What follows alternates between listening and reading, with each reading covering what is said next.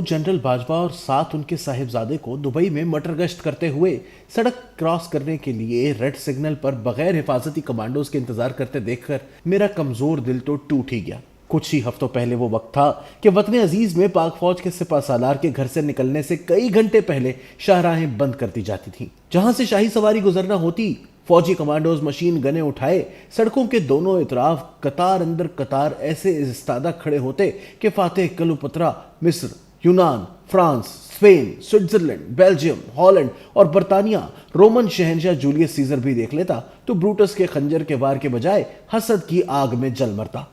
मार्च 2020 में मेरा बेटा मोहम्मद उमर अबसार अपना पहला क्रिकेट मैच देखने के लिए पिंडी स्टेडियम के सामने मरी रोड पर अपने कजिन्स का इंतजार कर रहा था कि वो पहुंचे तो सब मिलकर इकट्ठे पीएसएल का मैच देखने स्टेडियम में दाखिल हो सके। वहीं से उसने फ़ोन पर अपने कजिन्स को अपनी लोकेशन बताई कि वो कहाँ खड़ा है ताकि वो इसको आसानी से ढूंढ सकें। ये फ़ोन कॉल करना इसका जुर्म ठहरा क्योंकि उसी दिन सिपा सालार आज़म जनरल कमर जावेद बाजवा ने भी अपने लाडले बच्चों के साथ मैच देखने आना था। अभी फातेह कश्मीर बरास्ता वाशिंगटन साहिब बहादुर के घर से निकलने में 2 घंटे बाकी थे, लेकिन मरी रोड पर हिफाजती इंतजामात ऐसे मुबालगा आमेज कि अमरीकी सदर भी देखे तो दांतों में उंगली दाब ले।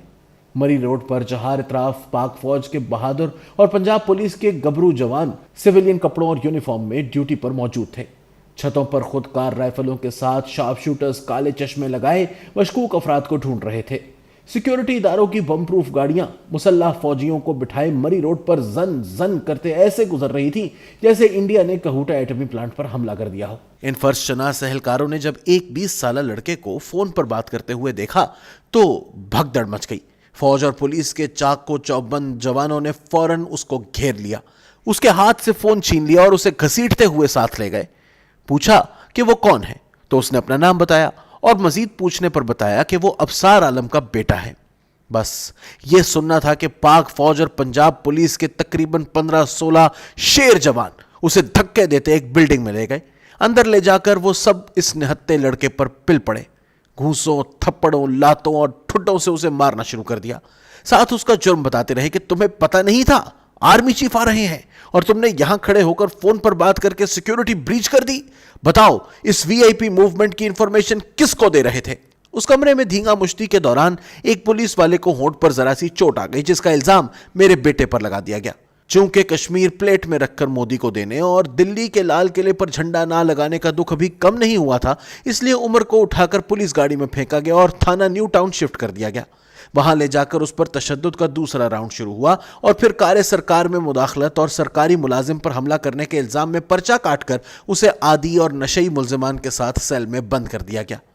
21वीं सदी में पैदा और बड़े होने वाले मेरे गुस्ताख बेटे को पता नहीं था कि वो बाजवा डॉक्ट्राइन की तख्लीक करदा उस इमरानी रियासत मदीना के टैक्स पेयर का बेटा है जहां सरकारी नौकर बादशाह होता है और वतन के मालिक अवाम उस बादशाह के गुलाम, और अपने ही मुलाजमों के गुलाम अवाम पर लाजिम है कि बादशाह सलामत की सवारी गुजरने से कई घंटे कबल ही अपनी इज्जत और जान बचाने की खातिर ऐसी जगहों से मीलों दूर रहें जहां से जिल्ले इलाही का काफिला गुजरना है।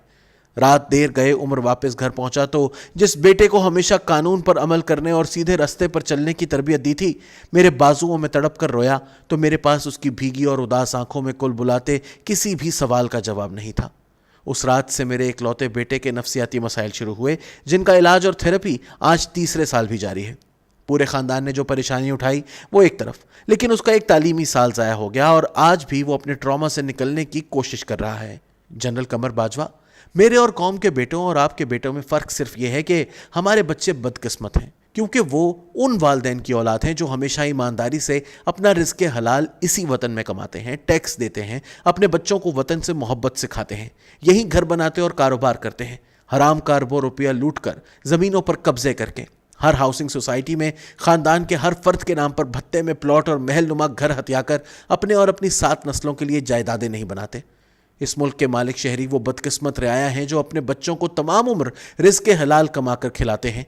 बगैर किसी इंसाफ, आज़ादी, तहफ़्फ़ुज़, इज़्ज़त और बुनियादी हुकूक के बदले। ये रियाया अपने बच्चों का रिज़्क़ काट कर तमाम उम्र सैकड़ों किस्म के टैक्स अदा करते हैं ताकि जजेस, जर्नैलों और अशराफिया का ना भरने वाला भूखा पेट भर सकें। ان टैक्स के पैसों से जनरल बाजवा जैसे सरकारी नौकर ना सिर्फ सरकारी गाड़ी में सरकारी पेट्रोल डलवाकर सरकार के खर्चे पर सरकार की सिक्योरिटी लगवाकर मैच देखने आते हैं, बल्कि अपने बच्चों को बैरून मुल्क तालीम दिलवाकर वहीं सेटल करवाते हैं। और अगर रियाया का कोई फर्द उस पर सवाल उठाए तो उसे ही उठा लिया जाता है। वतन अजीज में कई साल मुफ्ते का कर्रोफर एंजॉय करने के बाद जनरल बाजवा को इस तरह जर्नैली ठाठ बाट के बगैर बेनीलो मुराम दुबई की सड़कों पर अपने बेटे के साथ पैदल जूते चटखाते देखकर मुसर्रत नहीं हसरत हुई कि काश हमारे वतन की भी इतनी किस्मत होती जहां पर आप जैसे घर के बब्बर शेर और मोहल्ले के खरगोश कराची, कोयटा, कश्मीर, पेशावर, लाहौर की सड़कों, चौराहों और इस्लामाबाद की मारगला रोड पर आईन कानून की हुर्मत करते रेड सिग्नल पर अपनी दर्जनों बम और बुलेट प्रूफ गाड़ियों में रेड सिग्नल का एहतराम करते दिखाई देते।